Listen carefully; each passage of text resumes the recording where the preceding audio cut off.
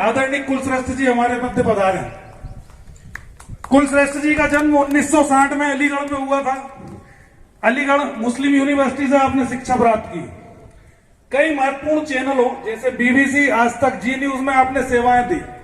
भारत सरकार के press club of India में आप सचिव रहे।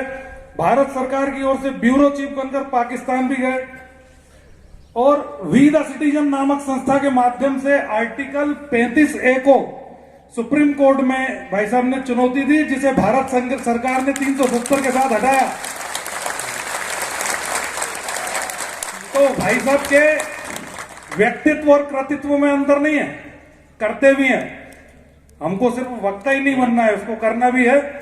और हम सभी सोशल मीडिया के माध्यम से आदरणीय कुलश्रेष्ठ जी को देख सुन रहे हैं। आज यहाँ प्रत्यक्ष सुनने की लालसा में उपस्थित हुए, हमारा सौभाग्य है। मैं आदरणीय पुष्पेंद्र कुलश्रेष्ठ जी को आमंत्रित करता हूँ ओजस्वी वाणी से हमारा मार्गदर्शन करें, लेकिन उसके पहले जिस ऊर्जा से आप सुनने आए हो उसको करतल ध्वनि से आदरणीय कुलश्रेष्ठ जी तक पहुंचाइए। धन्यवाद।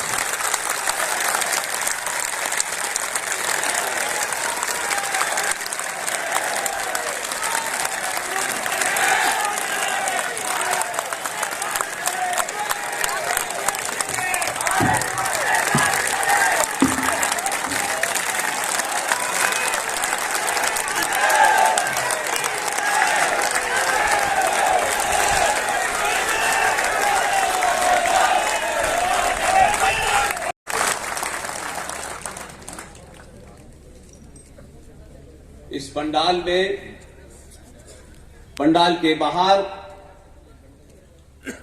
अगर कोई भी इस परिवार का सदस्य कहीं खड़ा है, उसे कहीं भी बैठने की जगह दे दें। खासतौर से कहीं कोई बहनें या मां खड़ी हुई हैं, उनको जरूर दें। और जहां भी जगह मिल जाए आप बैठ जाएं। खड़े होने की जिम्मेदारी मेरी है।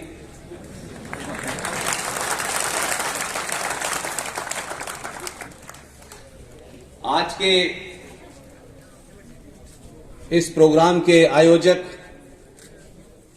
मुक्ति फाउंडेशन सीहोर हमारे बीच में मुख्य अतिथि पंडित प्रदीप मिश्रा जी, आज के इस कार्यक्रम के अध्यक्षता कर रहे श्री शांतिलाल जी मालवीय जी, और खवातीनों हजरात, देवी और सज्जनों,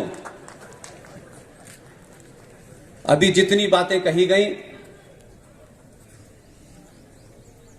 उसमें से बहुत सारी बातें ऐसी हैं कि जो हर प्रोग्राम में कही जाती हैं।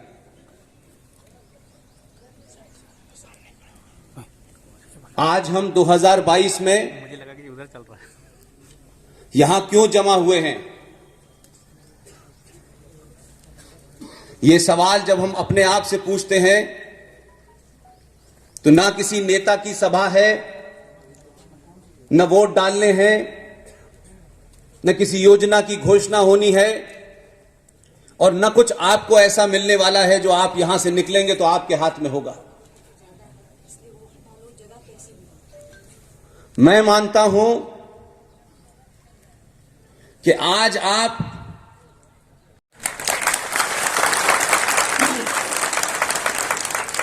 यहां न कोई जाति का संगठन है, न किसी पार्टी का है, और ना ही कोई ऐसी मुहिम होने वाली है कि साहब ये मुहिम जो है शुरू हुई है। हां, 2013 से हमारे देश में कुछ लोगों ने खुद निर्णय किया, जब हमने देखा कि बड़े बड़े संगठन सिर्फ संगठन बन गए हैं। और एक लाइन हम बहुत बचपन में सुना करते थे, ये बात अलग है कि मेरी पृष्ठभूमि ऐसी है जहां मैं हिंदुत्व के बारे में कुछ जानता नहीं था। उनमें हम अक्सर ये सुनते थे, व्यक्ति से बड़ा संगठन, संगठन से बड़ा देश, और देश से बड़ा राष्ट्र।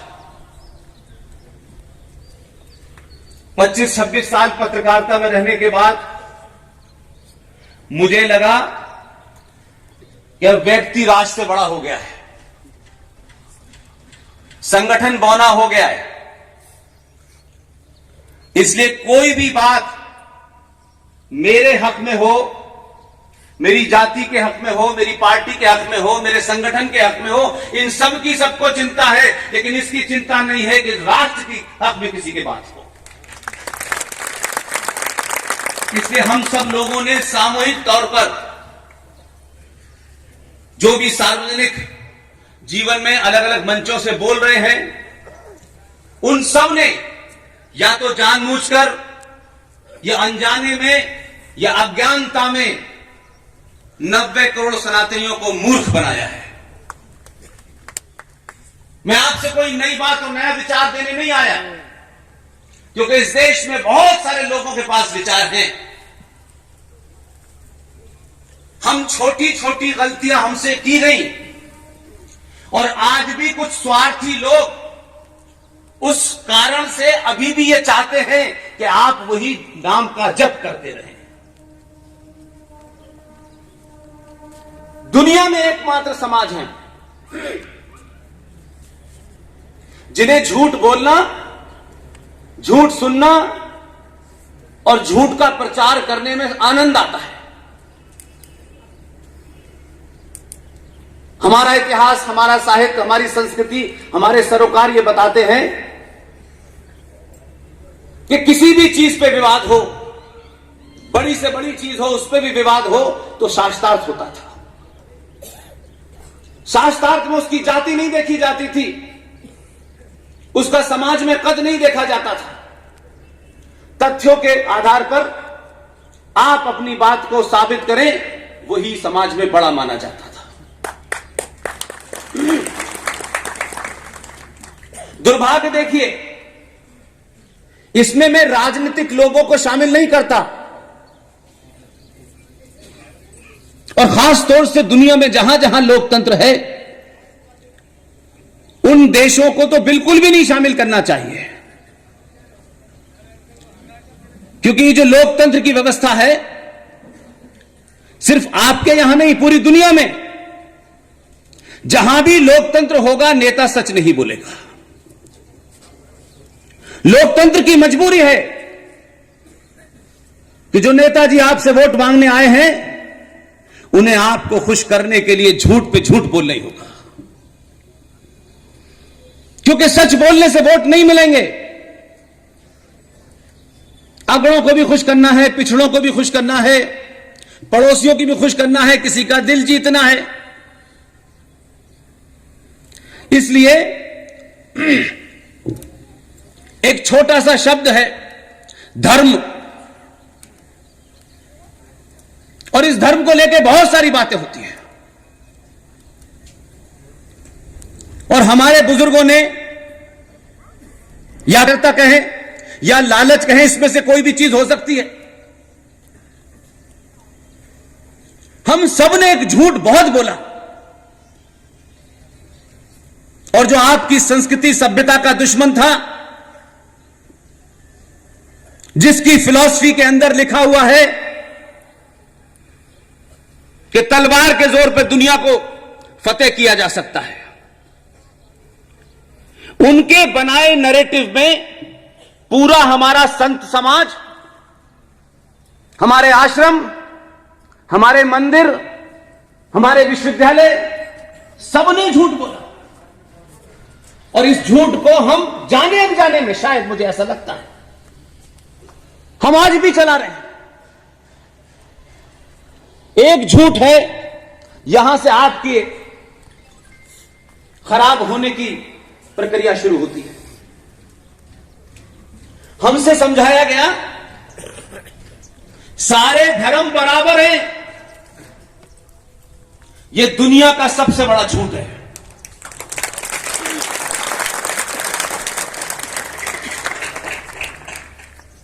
मंच पर विद्वान लोग हैं, जिस क्षेत्र में हैं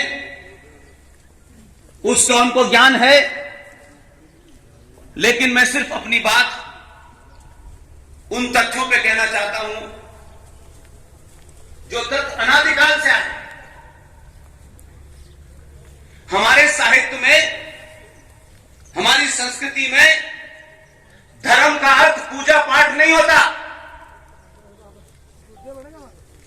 अंग्रेजी के शब्द रिलीजन का उर्दू में अर्थ होता है मजहब। हिंदी में उसे धर्म नहीं कहते,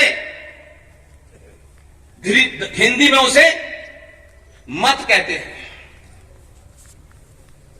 धर्म हमारे यहां सबका निर्धारित है। पिता का क्या धर्म होना चाहिए, माता का क्या धर्म होना चाहिए, एक बेटे का क्या धर्म होना चाहिए, एक बेटी का क्या धर्म होना चाहिए, एक बहू का क्या धर्म होना चाहिए, राजा का क्या धर्म होना चाहिए। लेकिन हमारे समाज को यह समझा दिया गया कि तुम्हें जो लोग उर्दू में मजहब कहते हैं, तुम उसका हिंदी में अनुवाद हो, इसलिए आप मजहब के समकक्ष खड़े हो गए। और उसका असर यह हुआ कि आपने अपने समकक्ष लुटेरों को, डकैतों को अपने समकक्ष मान लिया। हमारे यहां कहा जाता है राजा का धर्म होना चाहिए, उसका राजधर्म है। राजा का राजधर्म है कि वो अपनी प्रजा के प्रति ईमानदार रहे, उसकी सिक्योरिटी की चिंता करे, उनके जीवन को बचाने की चिंता करे। यह राजा का धर्म है। एक मां का धर्म है, एक पिता का धर्म है, सबका धर्म पता हुआ है। और जब हम ये कहते हैं कि सारे धर्म बराबर हैं, तो आपका दुश्मन आप पे हंसता है,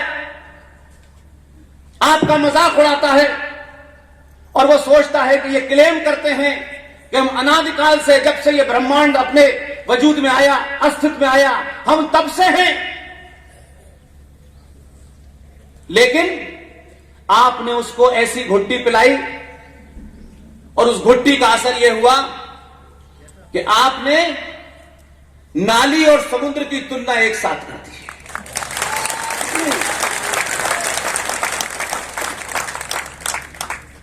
और दूसरी बात, सनातन, जब से ये ब्रह्मांड है, यूनिवर्स है, ये कायनात है, ये सूरज है, चांद है, पानी है, समुद्र है, हवा है, पानी, इन सब के समय से ही है। हमें पढ़ाया गया सनातन क्या है?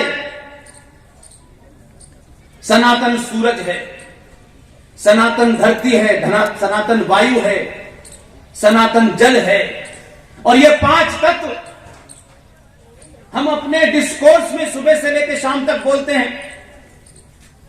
इसलिए हमारी मान्यताओं में, हमारे परिवार में जब कोई चला जाता है तो हम कहते हैं उन्होंने 5 तत्व में विलीन कर दिया। यह हम इसलिए कहते हैं कि उन्हीं 5 तत्वों से जीवन चलता है, वही हमारे साथ है और हमारे साथ चले जाते हैं।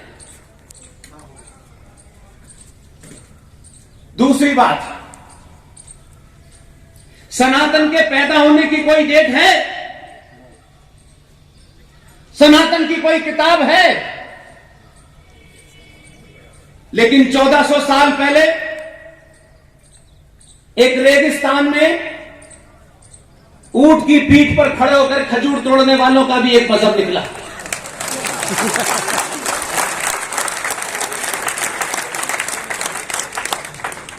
उनकी फिलॉसफी में धरती चट्टी है। 2000 साल पहले एक और मजहब आया, उन्होंने उस आदमी को सूली पर लटका दिया जो ये कहता था कि सूरज जमीन के चारों तरफ घूमता है। उन्होंने कहा बाइबल में ये लिखा नहीं है, उस गैलीलियो को मार दिया। अब आप आसान शब्दों में समझें, 1400 साल पहले कोई मजहब पैदा हुआ, उसकी एक किताब है। मजहब के पैदा होने का भी दिन है और उसके प्रॉफिट के पैदा होने का भी दिन है, प्रॉफिट के जाने का भी दिन है। ऐसी वो जो सूली पर लटके थे 2000 साल पहले, जब पैदा हुए तो उस किताब के भी पैदा होने का दिन है, उनके जाने का भी दिन है। सृष्टि का नियम है, प्रकृति का नियम है, जो पैदा हुआ है वो मरेगा। सनातन न पैदा हुआ है न मर सकता। बहुत बढ़िया।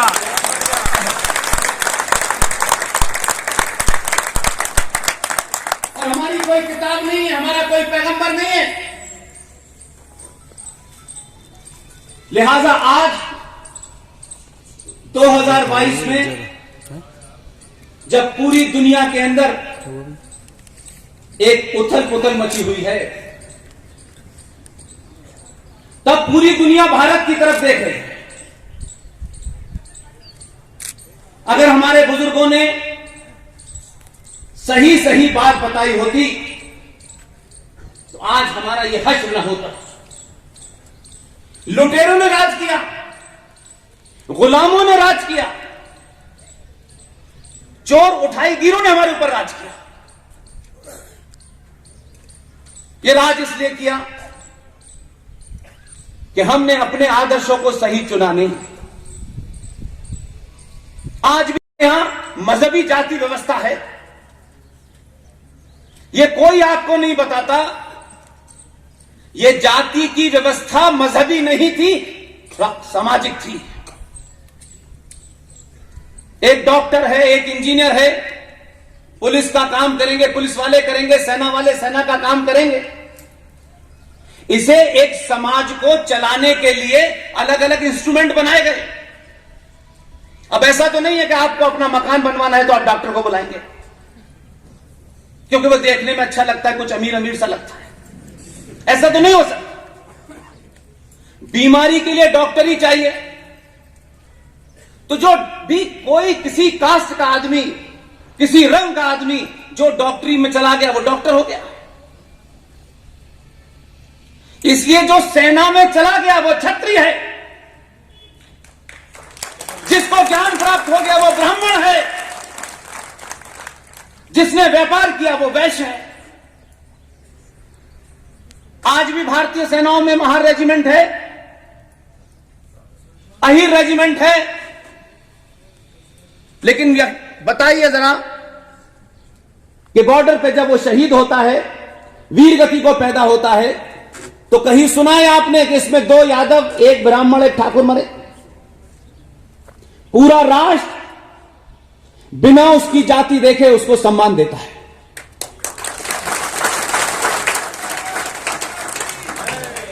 हमारे आदर्श इतने ताकतवर थे, इतने मजबूत थे, लेकिन समाज में जब लालच व्याप्त होता है, यह साइंस का नियम है, लालच कायरता को जन्म देता है। इसलिए लालची समाज किसी खतरे का मुकाबला उसी हथियार से नहीं करता है जिस हथियार को लेकर के दुश्मन आपके सामने खड़ा है। और डरपोक समाज को चलाने वाले, जो समाज को दिशा देने का ठेका लिए वो घूम रहे हैं, वो आपसे कहते हैं कि अगर जिहादी तलवार लेके आ जाए तो उसको मन को बदलो, उससे समझौता करो। यह बीमारी ने हमें यहां पहुंचाया है। इसलिए शास्त्रों की बात बहुत करते हैं लोग। शास्त्र की बात करो, बिजी कर दो इन लोगों को। वो बेचारे शास्त्र पढ़ते पढ़ते पीढ़ियां निकल गई, न बेटा बचा, न पिता बचे, न नाना बचा, न दादा बचा, शास्त्र पढ़ रहे हैं।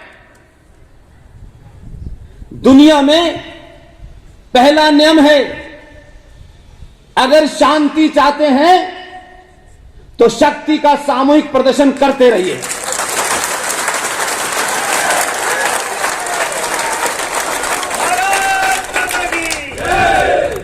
और अगर आप समझते हैं कि शक्ति का प्रयोग हम नहीं करेंगे, तो काम वाली जो घर में काम करती है शांति, वो भी नहीं आती। आपको कुछ भी नया नहीं करना है। अपने दिल पे हाथ रखिए और आज जिस चौराहे पे हम खड़े हैं उसके लिए दुनिया में कोई जिम्मेदार नहीं है, आपके अपने जिम्मेदार हैं।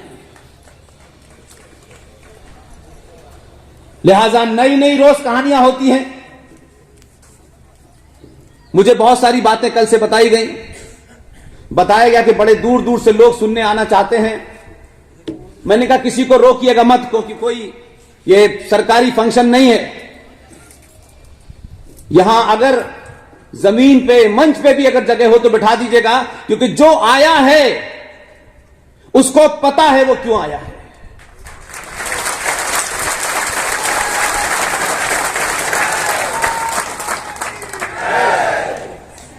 आपके शहर के बारे में बहुत सुना मैंने। आपके इस प्रोग्राम के आयोजकों ने मुझे बहुत कुछ बताया। यहां कोई एक समाधि स्थल है जहां मैंने सुना कि 356 क्रांतिकारियों को एक साथ मारा गया। आपके शहर में इस प्रोग्राम के आयोजकों में एक राजा भैया गांधी साहब हैं। मैंने सुना कि उनके पिताजी ने एक अखबार निकालते थे और सत्ताएं उससे डरती थी। उस फुर्सत अखबार का नाम अब माई न्यूज हो गया है। ये सिर्फ मैं आपको इसलिए बोल रहा हूं कि आप जब अपने हीरोज को बदलते हैं तो दुश्मन भी डरता है, व्यवस्था भी ठीक से काम करने लगती है, और यूक्रेन के युद्ध में आपसे पूछा जाता है हमारा साथ दे दो।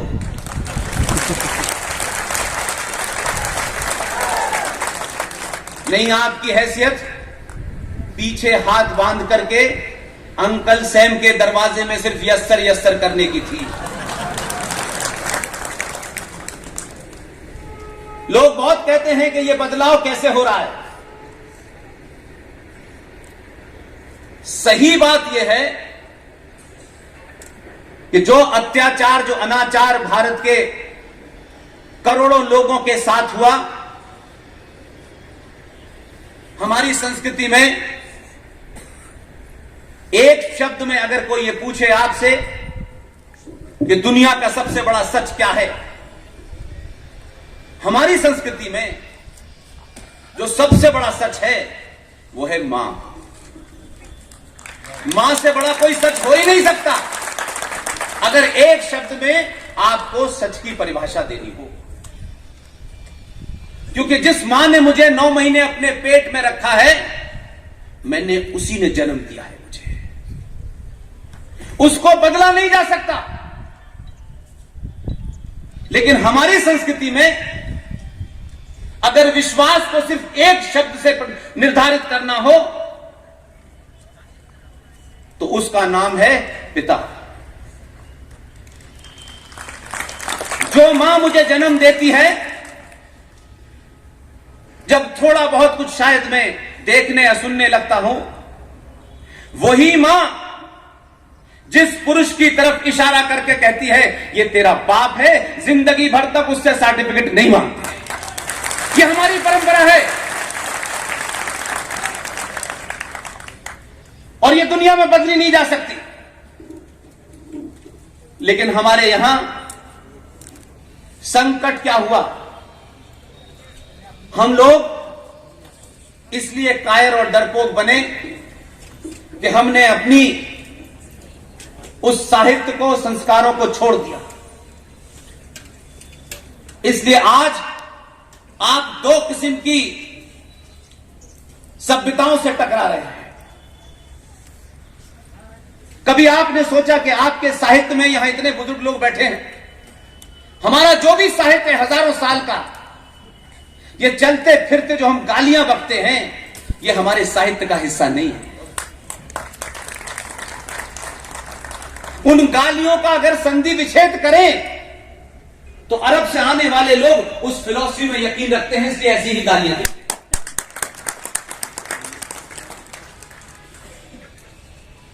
हमारे साहित्य में डाइवोर्स शब्द ही नहीं था,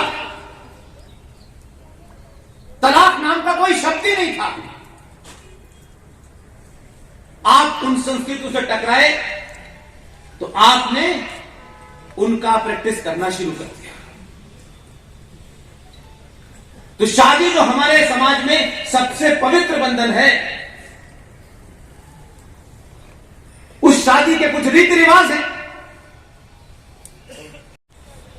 इसलिए हमारे यहां शादी के जितने भी रिश्ते हैं, उन रिश्तों को कहीं किसी कोर्ट ने तय नहीं किया, हम उनको निभाते हैं। लिहाजा जब हमारा इनकाउंटर कुछ ऐसी सभ्यताओं से हुआ जिस सभ्यता में शादी एक कॉन्ट्रैक्ट है दो लोगों के बीच में, इस्लाम में शादी लड़के और लड़की के बीच में कॉन्ट्रैक्ट है, और जो सिक्योरिटी की रकम है उसे महर कहते हैं।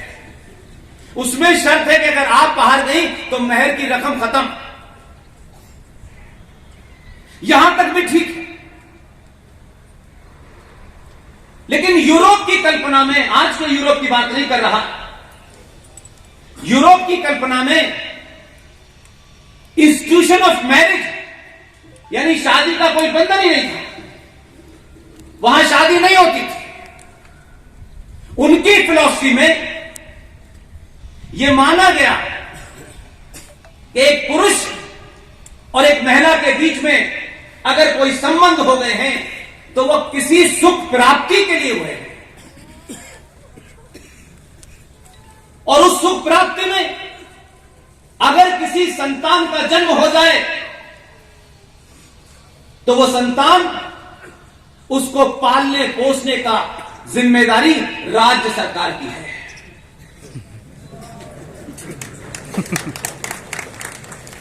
अब क्या हुआ, जहां से हमारा गिरावट शुरू हुई, मैं उस मुद्दे पर लाना चाहता हूं। उस यूरोप की कल्पना के तहत ऐसे बच्चे जो सुख प्राप्ति में उत्पन्न हो जाते थे, उनके लिए वहां बड़े बड़े हॉल बनाए जाते थे, और उस हॉल के बाहर पालने रख दिए जाते थे, ताकि ऐसी संतानों को लोग रात में उन पालनों में छोड़ जाएं। और उस हॉल के देखरेख के लिए एक महिला और एक पुरुष उसकी देखरेख करते थे। सुबह होने पे उन बच्चों को अंदर लिया जाता था और उनका पालन पोषण के लिए राज्य सरकार यानी स्टेट पैसा देती थी। आप कहां से कंफ्यूज हुए, मैं उस मुद्दे पर लाना चाहता हूं, क्योंकि उस संस्कृति में विवाह का कोई संबंध ही नहीं था, इसलिए। लेकिन उन्होंने झूठ क्या बोला, उन्होंने ऐसा जघन्य अपराध किया और आप जैसे भोले भाले लोगों ने उसे सच समझ लिया। हमारी संस्कृति में हमारी बहन शादी करती है तो किसी की पत्नी बनती है, जब संतान को जन्म देती है तो मां बनती है, और वही पति जब संतान को जन्म देते हैं तो वो पिता बनता है। यह पिता बनने की प्रक्रिया है पूरी, और मां बनने की प्रक्रिया है। लेकिन उस हॉल को चलाने वाले लोग, एक बिन ब्याही बहन, एक बिन ब्याहा भाई, जब उन्होंने शादी नहीं की तो संतान की उत्पत्ति का कोई मतलब नहीं है। वो ऐसे दो लोग उस हॉल का संचालन करते थे, लेकिन क्यों? कि संस्कृति नहीं थी, तो हमसे सीखा, हमसे जाना, तो पता चला कि उस संचालन करने वाले हॉल को चलाने के लिए जिस महिला ने, जिस बहन ने शादी नहीं की, न कोई संतान को जन्म दिया, न उस भाई ने जिसने शादी की, न ही कोई पिता बना, एक मक्कारी का चोला पहनाया गया और कहा गया कि ये मदर है और ये फादर है। और वो जो हॉल था जहां से आपका हरण हुआ है, उस हॉल को कॉन्वेंट कहते थे। आप अनादिकाल की सभ्यता वाले लोग गुरुकुल से चल करके लावारिस बच्चों को पालने वाली जगह को जो कॉन्वेंट कहते हैं, आज आपके बच्चों को भीड़ लगी हुई है कि हमारा बच्चा कॉन्वेंट में एडमिशन मिल जाए। किसी तरीके से मिल जाए, रिश्वत दे के मिल जाए, बच्चा पैदा नहीं हुआ उसका आप पहले से बुकिंग करा दें। अब उसके सामने संकट आपने खड़ा किया। वो 5 साल का बच्चा जो आपको मां कहता है, लेकिन आपके ऊपर आधुनिकता का भूत सवार हो गया है। बेटा मां नहीं, मम्मी। जब पेट से निकला था तब उसके मुंह से मां ही निकला था। लेकिन नहीं, हमें आधुनिक बनना है, हमें इस पागलपने की दौड़ में आगे निकलना है। तो आपने उसे कहा मदर, ये तुम्हारे फादर हैं। What is the name of your father? Radhe Shyam. अब वो बेचारा कंफ्यूज कर दिया आपने। 5 साल का बच्चा घर में मां और बाप दिखाई दे रहा है उसको। कॉन्वेंट में पढ़ाया गया मदर और फादर। वो कंफ्यूज है, ये मदर है, ये फादर है, तो ये कौन है? वहां वाला 8 घंटे पूरा बच्चे का ब्रेन वॉश कर रहा है। घर वाली माता जी को माफ कीजिएगा, कथा सुनने जाना है।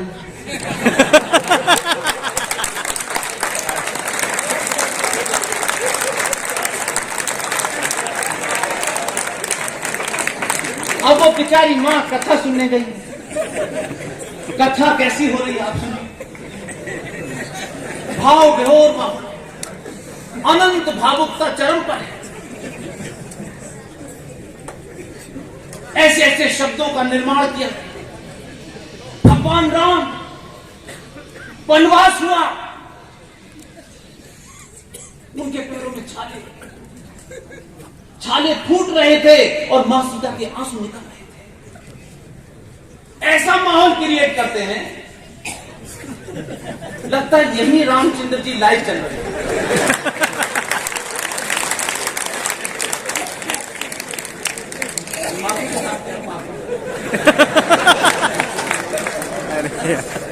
और ऐसा जादू बिठाते हैं, उस बहन की मां की आंखों से आंसू उधारा करते, उसे जब तक वो बाहर निकले फिर एक नई कहानी। राम से हटे तो कृष्ण में पहुंच गए। क्या लीला करते, माखन खाते, ऐसा लीला में बताते हैं उन्हें कि वो बेचारे लोग जो कथा ये सुनने आते हैं कि कुछ वो यहां से दवा मिलेगी, ज्यादातर बीमार हो जाते हैं। लेकिन मैं इसी मन से एक अंतर्राष्ट्रीय ख्याति प्राप्त आपके बीच में कथावाचक है, उनसे सिर्फ 2 ही लाइन कहना चाहता हूं, बाकी उनकी मर्जी। मैं उस विषय का जानकार नहीं। भगवान राम जब उनको वनवास हुआ, जिनका थोड़ी देर पहले ही उनको राजगद्दी मिलने वाली थी, जब वनवास हुआ तो ये जरूर बताएं कि रामचंद्र जी ने ढेरों कपड़े, एडिडास के जूते, कलर प्रेस की शर्टें नहीं रखी, सब कुछ छोड़ दिया, सिर्फ तीर कमान लेके गए।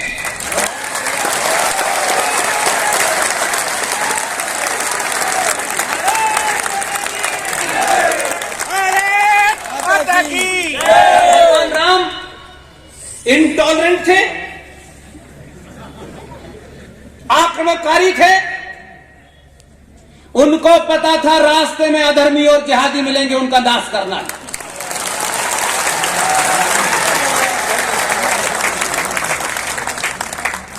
कथा सुनाइए, अंत में धनुष बाण पकड़ा दीजिए। सच कहिए, सच कहने से राष्ट्र बचेगा और झूठ बोलने से सरकारें बनेंगी।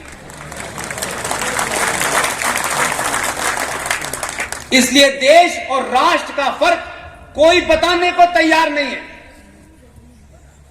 भारत माता की जय, बस खत्म, जय हो गई, खत्म, जय हो गई साहब।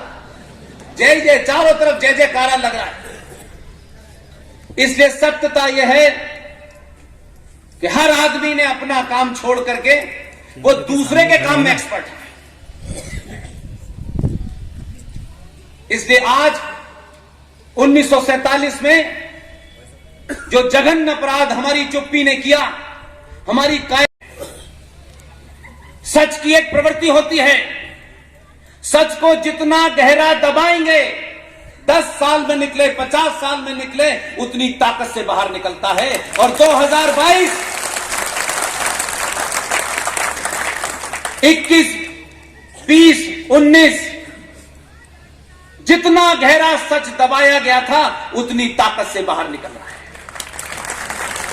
और आप, हम तमाम सारे लोग उस सच को अपने सामने साकार होते हुए देख रहे हैं। इसलिए कोई बहुत बड़ा जतन नहीं करना है। हम जो कहते हैं, जिस पे विश्वास करते हैं, उसके ऊपर सिर्फ एक्शन करना है। हम कहते कुछ हैं, करते कुछ हैं और बताते कुछ और हैं। अगर यह तय है कि जिस शरीर ने जन्म लिया है उसके अंत होने का समय और घड़ी तय है, कोई यहां अमर होकर रहने वाला नहीं है, और कब किसको जाना है यह भी तय नहीं है, और यह होगा भी, इसमें रोक टोक भी नहीं है। उसके कारण बन सकते हैं, कोई एक्सीडेंट में मरेगा, कोई बॉर्डर पे मर के आएगा, कोई सोते सोते गिर जाएगा, हर तरीके के कारण हो सकते हैं। लेकिन यह परम सत्य है कि हम सबको जाना है, और यह तय है कि जाना है, तो फिर डरना किससे है?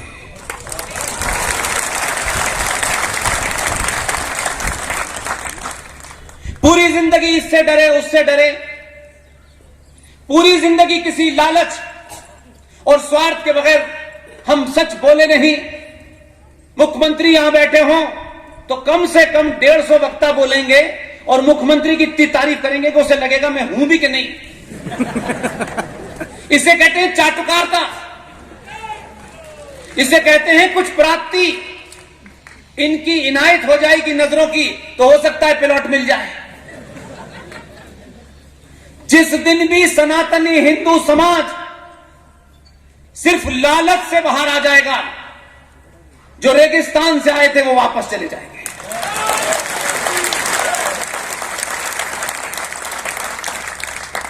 आपकी कायरता और लालच के कारण मुझे अफसोस है, गिनती में ज्यादा पूरा इतिहास आपका कहता है कि आपने कभी किसी देश को लूटा नहीं। आपने आज तक किसी की गर्दन पे तलवार रख के उससे यह नहीं कहा कि तू अपना मत बदल और हमारे मत को मान ले। इतना आदर्श समाज 2022 में, जहां आपकी सरकार है और जहां आपकी सरकार नहीं है, दुनिया हंसती होगी आपके ऊपर। इसलिए इस बात को समझिए, 2022 में भी कुछ पागल जुनूनी जिहादी हर्षा यादव को मॉब लिंच कर देते हैं, रूपेश पांडे को हत्या कर देते हैं और किशन भड़वार को मार देते हैं, और पूरा समाज निंदा नहीं कर सकता, बोल नहीं सकता। आप जीएसटी देते हैं, आप इनकम टैक्स देते हैं, आप इस देश के संविधान को मानते हैं, लेकिन आपका बेटा, आपकी बेटी की मॉब लिंचिंग हो जाए, आप अपनी सोचते हैं हमें क्या करना है, ये तो झारखंड में हुआ है। एक जिंदा कौम जब किसी के मरने पर भी नहीं बोलती तो समझ लीजिए कि वो कौम को जिंदा रहने का हक नहीं। आप जिंदा हैं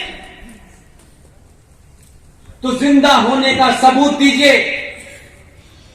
प्याज की कीमत के ऊपर सरकार गिराने वाला समाज कभी राष्ट्र निर्माण नहीं कर सकता। आपको जीएसटी में छूट चाहिए, इनकम टैक्स में छूट चाहिए, पेट्रोल के दाम कम चाहिए। अपने अपने दिलों पे हाथ रखें, बताएं 70 सालों में आपने हिंदुस्तान में सरकारें किस बुनियाद पे चुनी? मेरी जाति के 2 मंत्री, मेरे प्रोफेशन में मुझे फायदा, मेरा नजदीकी, मेरा भाई, मेरा रिश्तेदार। इस तथाकथित लोकतांत्रिक व्यवस्था में 1950 से लेकर 2022 तक भारतीय राजनीति के मूल में, केंद्र में हिंदू था ही नहीं, क्योंकि आपकी कायरता ने, आपके लालच ने, आपने अपने आप को बांटा, किसी ने बांटा नहीं आपको। ये किसी के ऊपर आरोप मत लगाइए कि आपको बांट दिया, आप इतने भोले नहीं हैं। आप यादव हुए, ठाकुर हुए, ब्राह्मण हुए, अगड़ा हुए, पिछड़ा हुए, और अब तो लिमिट यह हो गई है कि ये महापिछड़ा है, ये महादलित है, इसकी भी परिभाषा है।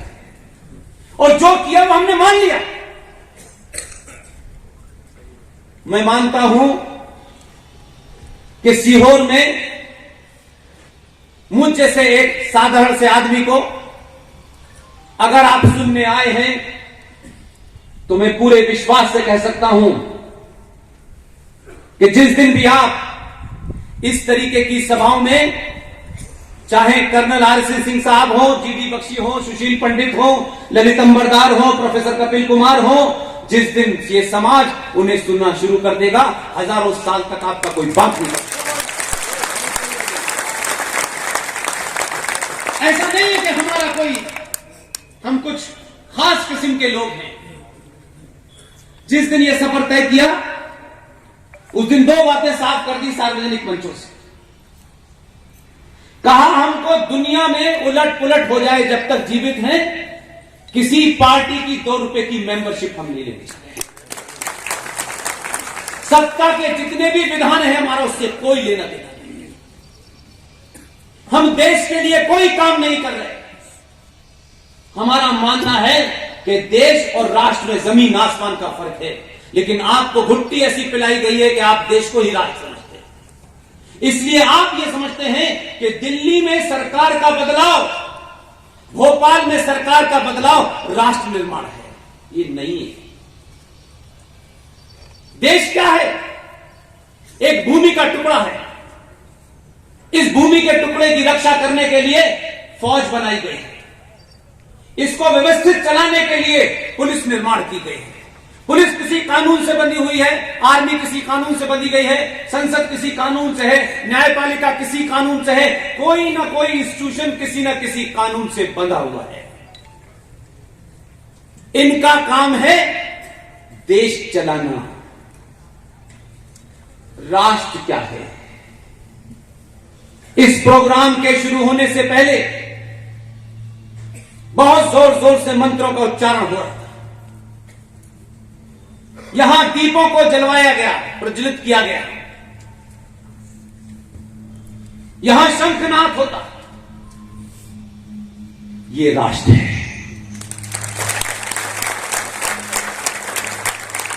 देश को प्रधानमंत्री उसकी कैबिनेट चलाएगी, न्यायपालिका को सुप्रीम कोर्ट चलाएगा, पुलिस को पुलिस के लोग चलाएंगे। राष्ट्र को चलाने के लिए शंकराचार्य रखे गए हैं। अगर इस राष्ट्र की किसी परंपरा, किसी आस्था के ऊपर कोई सवाल होगा तो पहली और आखिरी राय शंकराचार्य की होगी। अफसोस है चाटुकारिता ने, लोग ने इस देश में शंकराचार्य भी कोर्ट में पहुंचे हुए हैं। जब राष्ट्र देश के पास जाए न्याय मांगने के लिए तो मान लीजिए कि राष्ट्र मर चुका है। दुनिया में जितने भी राष्ट्र हैं उनके सामने देश नतमस्तक होता है। हम पहले राष्ट्र हैं, राष्ट्र के सामने देश डंडा लेके खड़ा हुआ है। हम भीख मांगते हैं सरकारों से, हमें ये चाहिए, हमें हिंदू राष्ट्र चाहिए, हमें ये कानून चाहिए। जब राष्ट्र कमजोर होता है, जिसे समाज चलाता है, तो सत्ता और व्यवस्था पे बैठने वाले लोग आपकी नहीं सुनते हैं। हम 70 सालों में 370 हटवा पाए, लेकिन इन्हीं 70 सालों में आजादी के बाद इस देश में 29 राज्यों में से 9 राज्य में आप अल्पसंख्यक हो गए। इसकी तरफ बात मत करो, बस भारत माता की जय का नारा लगा। अगर नारा लगाने से भारत माता मजबूत होती तो सेना की जरूरत नहीं थी। आप चाहते हैं कि आपके मंदिरों की रक्षा सरकार करे, आप चाहते हैं आपके सरोकारों की रक्षा सरकार करे। यह दुनिया में नहीं होता। हां, जब राष्ट्र कमजोर होता है, उसकी आस्थाएं और परंपराएं कमजोर होती हैं, तो राज्य का एक अंग, जिसे जुडिशरी कहते हैं, वो ये तय करती है हिंदुत्व की परिभाषा क्या है। राज्य तय कर रहा है, जो किताबों में रखा गया है, जो किताबें 47-1950 में बनी हैं, वो तय करता है कि हिंदुत्व की परिभाषा क्या है, वो बताता है। और आप चुपचाप सर झुका के मान लेते हैं। जो कोर्ट में बैठ करके हिंदुत्व की परिभाषा भी बताते हैं, जरा 1400 साल वालों की बात बताएं तो पता चलेगा क्या होगा। इसलिए नहीं बताते। इसीलिए मैंने कहा, राष्ट्र के कमजोर होने से आपकी आस्थाओं का केंद्र सबरीमला के अंदर, जो कई हजारों के बाद एक परंपरा है, और वो परंपरा शुद्ध साइंस पर है, लेकिन हमने अपने ऐसे योद्धा पैदा नहीं किए कि हमें उस साइंस को बताएं जिसके बारे में कहा जाता है ये क्या तो बात फालतू की करते हैं भाई, इनके यहां ढोंग होता है। हमारे यहां एक एक चीज साइंस है, लेकिन हमने बताया नहीं। जो पंडित जी मंदिर में बैठे उन्होंने बताया नहीं, उन्होंने चढ़ावे की तरफ देखा और उतनी बड़ा लड्डू दे दिया।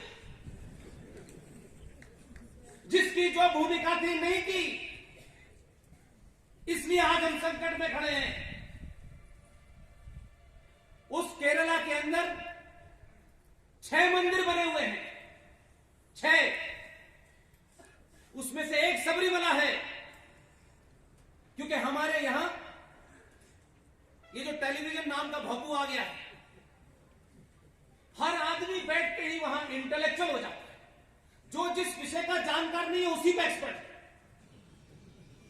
ये कहने की हिम्मत नहीं भाई मैं इस विषय के बारे में नहीं जानता, मैं नहीं आऊंगा, लेकिन सबको चेहरा दिखा। सबरीमला पे खूब बहस है, लेकिन सबरीमला के बारे में यह तथ्य नहीं पता। इसलिए मैंने कहा कि आपके प्रदेश में उज्जैन है, महाकाल है। महाकाल वहां क्यों है? कहीं भी बना दो, क्योंकि हम ये करने लगे हैं। महाकाल जहां स्थापित है और पूरे देश में जितने भी ये भगवान शिव के पूरे मंदिर बने हुए हैं, ये भारत के अंदर रेडियो एक्टिव की जो लाइन है उसी के ऊपर बने हुए हैं। नहीं जानते इसलिए हम कहते हैं, अरे हमको, मैंने कहा आपको, खजूर तोड़ने वाले आपसे साइंस पूछ रहे हैं और वो साइंस पूछ रहे हैं आपसे। वो कहते हैं वो रब्बुल आलमीन है, वही एक सर्वशक्तिमान है, उसी की इबादत करते हैं, 5 वक्त बात करते हैं उससे बिना मोबाइल के। लेकिन कंट्रडिक्शन देखिए, कहीं दुनिया में ऐसा होता है, लेकिन जब हमको बात तथ्यों और तर्कों पे करनी होती है तो हम सोचते हैं कि रियाज भाई नाराज ना हो जाएं, ईद पे सेवैयां नहीं मिलेंगी। हम रियाज भाई की चिंता कर रहे हैं, राज नाराज हो रहा है उसकी चिंता नहीं कर रहे। अगर वो सर्वशक्तिमान है तो दुनिया में एकमात्र हम सनातनी हैं जिसका उस पर पूरा यकीन है। हमने उस पर सवाल कभी नहीं उठाया। हमारे यहां जन्म लेने के बाद भी कोई बालक की मृत्यु हो जाती है, तब भी हम ये कहते हैं कि उसकी मर्जी है। हम दुनिया में सबसे साइंटिफिक लोग हैं। उसने जैसा हमको पैदा किया हमने उसे एक्सेप्ट किया। मजबूरी उनकी है, वो कहते हैं कि अल्लाह सुप्रीम है, वो यहां आए और फिर ढूंढा कैंची कहां मिलेगी। हमारी काफिर की कैंची से वो मुसलमान हुए। अब अगर अल्लाह इतना ही सर्वशक्तिमान था तो उसको पता नहीं था कि वहीं से ऐसा भेजे।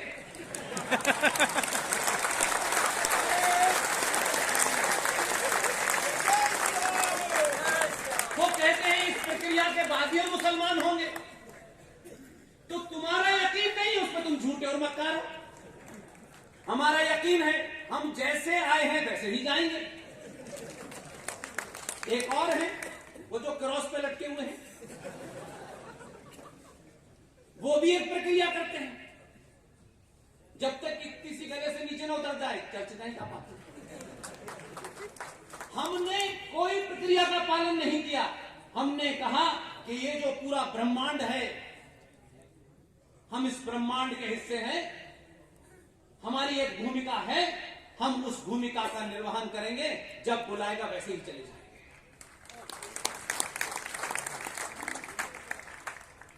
दूसरा उनका फलसफा है, रब्बुल आलमीन इस संसार को कोई रब चला रहा है। ठीक है, माना, हम भी मानते हैं कोई ईश्वरी शक्ति है, वो चलाती है। पानी बरसता है, धूप निकलती है, हवा चलती है, आंधी आती है, बाढ़ आती है, कोई सर्वशक्तिमान है, वो चला रहा है। हमारा तो उस पर यकीन है, बाढ़ आने और सुनामी आने के बाद। हम ये कहते हैं कि हम अपनी मर्जी से नहीं आए, उसकी मर्जी से आए हैं। उसकी मर्जी से हवा चलेगी, उसकी मर्जी से हवा रुक जाएगी। आप भी उसी की मर्जी से यहां आए हैं, क्योंकि आपने जब सोचा कि वहां जाना है तो आपके अंदर वो विचार इतना मजबूत हुआ कि आप और घर में सोते रहते तो नहीं आते। उस ताकत ने आपको ड्राइव किया, इसलिए आप यहां आए। हमारा यकीन तो हजारों साल से था, उनका भी यकीन था। 2014 से बेचारों का यकीन कमजोर पड़ गया। अरे कोई ऊपर पार्टीशन है क्या कि ये अल्लाह वालों को पैदा करेंगे, ये भगवान वालों को पैदा करेंगे? ऊपर तो कोई मसला ऐसा नहीं। अब अगर कुत्ता बिल्ली सब कुछ उसने भेजा है, तुम्हें भी भेजा है, तो मोदी को भी भेजा है। और कहीं कहां है कि आप पढ़ते नहीं, इसलिए जवाब नहीं देते। कुरान मजीद में एक जगह जिक्र आया है, अल्लाह फरमा रहे हैं, अभी मत पूछिएगा कहां फरमा रहे, ये कह रहे हैं, मैं उन्हीं की बात कह रहा हूं। वो ये कहते हैं कि इस धरती पर मैं तुम्हें एक मानव की शक्ल में भेज रहा हूं, क्योंकि 1400 साल से पहले आदमी नहीं थे, कुछ नहीं।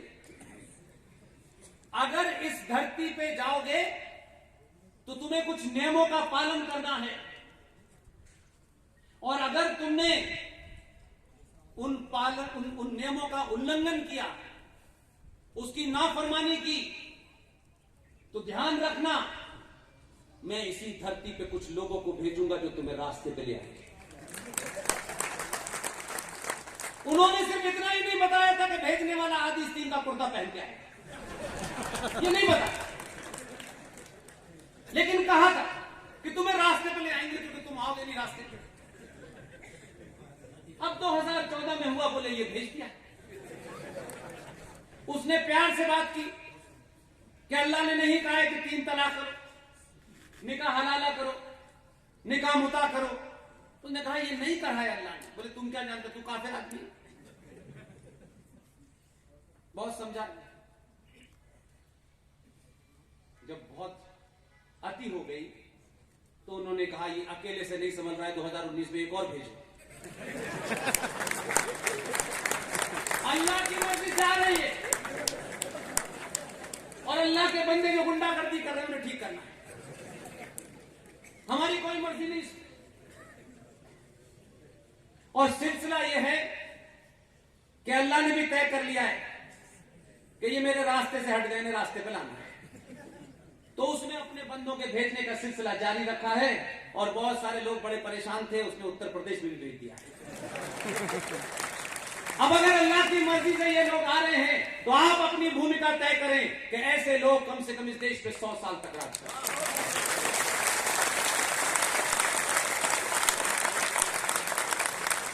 आप अपने निजी स्वार्थों को 100 साल के लिए रख दीजिए कहीं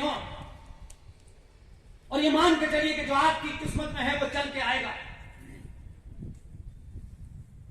और जो आपकी किस्मत में नहीं है वो प्रधानमंत्री बनने के बाद 92 साल की उम्र में अपने घर पे झंडा खींच रहे हैं। इसलिए मानिए हर एक का तय है। आप एन कैन प्रकरण से कुछ हो जाएं, वो बहुत लंबे समय तक नहीं चलने वाला।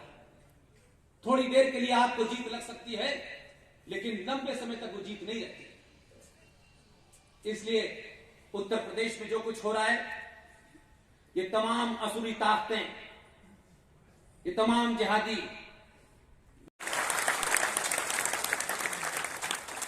और वही ब्राह्मण हमारे समाज में त्यागी, जो त्याग करता है। राम ने त्याग किया, जा रहे थे तो भगवान राम थे, लौटे तो मर्यादा पुरुषोत्तम राम होके लौटे। और वही ब्राह्मण मंदिर में उस छत्री की पूजा करता है। कहां है जातिवाद? कौन से जातिवाद की बात? अपने स्वार्थों के लिए जो लोग इसका इस्तेमाल कर रहे हैं, समय आ गया है। ये जो यज्ञ है पूरे देश में, दुनिया में, इस यज्ञ में अपनी भूमिका, अपने सामर्थ्य और अपनी क्षमताओं के हिसाब से आप तय करें। 2013 में दुनिया भर के जीवन जीने के लिए नौकरियां करने के बाद मुझे लगा कि मैं अपना दायरा तय करूं, और मैंने सब कुछ छोड़ के जो तय किया है वो आप करें, जो आपको ठीक लगे। ये काम मैं कर सकता हूं, ईमानदारी के साथ कर सकता हूं। इस काम में मुझे कोई मिलावट नहीं चाहिए, मुझे कोई ताली बजाए या न बजाए। 7 साल में अगर सीहोर में इतने सारे लोग जुटे हैं तो 7 साल पहले कभी 10 थे, कभी 15 थे। हम इस बात से कभी डरे नहीं कि हमारी बात कौन सुनेगा। हमने कहा अपनी ताकत और तथ्यों और तर्कों के साथ बात कहनी है। हमारे साथी को बुरी लग जाए, हमारी मां को बुरी लग जाए, हमारे पिता को बुरी लग जाए, इससे कोई फर्क नहीं पड़ता। वो बात शुद्ध 24 कैरेट की सही होनी चाहिए। ये देश सुनना चाहता है, ये सुन रहा है। इसलिए ये नए नए खेल क्या होते हैं, आपको जगा रहा हूं। आप जगे हुए हैं, लेकिन कुछ देर के लिए आपने आंखें बंद कर दी और आप कह रहे हैं कि हम सो रहे। आप सो नहीं रहे, आप सोने का बहाना कर रहे, क्योंकि अगर आप जागते तो आपको लगेगा घर से लड़ना पड़ेगा। और ये भी ध्यान रखिए, एक लंबे कालखंड के बाद अगर कोई बड़ी बीमारी होती है तो किसी ना किसी एक जनरेशन को उसकी आहुति देनी होती है। यह मुमकिन नहीं है सब कुछ मेरे जीवन में, मेरे सामने ही पूरा राम राज हो जाए, ये नहीं होने वाला। और इसके बदलाव का मुझे क्या फायदा होगा, यह भी मेरे इंटरेस्ट में नहीं है। धारा 370 कब लगी, मैं नहीं था। 35 में 1954 में लगी, मैं नहीं था। भगवान मर्यादा पुरुषोत्तम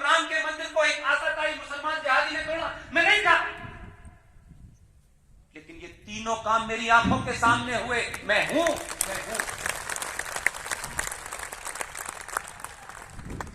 आप भूमिका अपनी तय करें, कोई जरूरी नहीं। इसलिए मैं कुछ दो बातें आपके सामने रखता हूं तो आपके अंदर वो बल मिलेगा आपको कि कोई नहीं भी देखता है। जरूरी नहीं है कि आज ही शाम को मुझे प्रधानमंत्री घोषित कर दिया जाए। क्या हो रहा है आपके मध्य प्रदेश में, हर खबर से अपडेट रहने के लिए आदर्श न्यूज चैनल को अभी सब्सक्राइब करें और आप हमें अन्य सोशल मीडिया हैंडल पर भी फॉलो कर सकते हैं।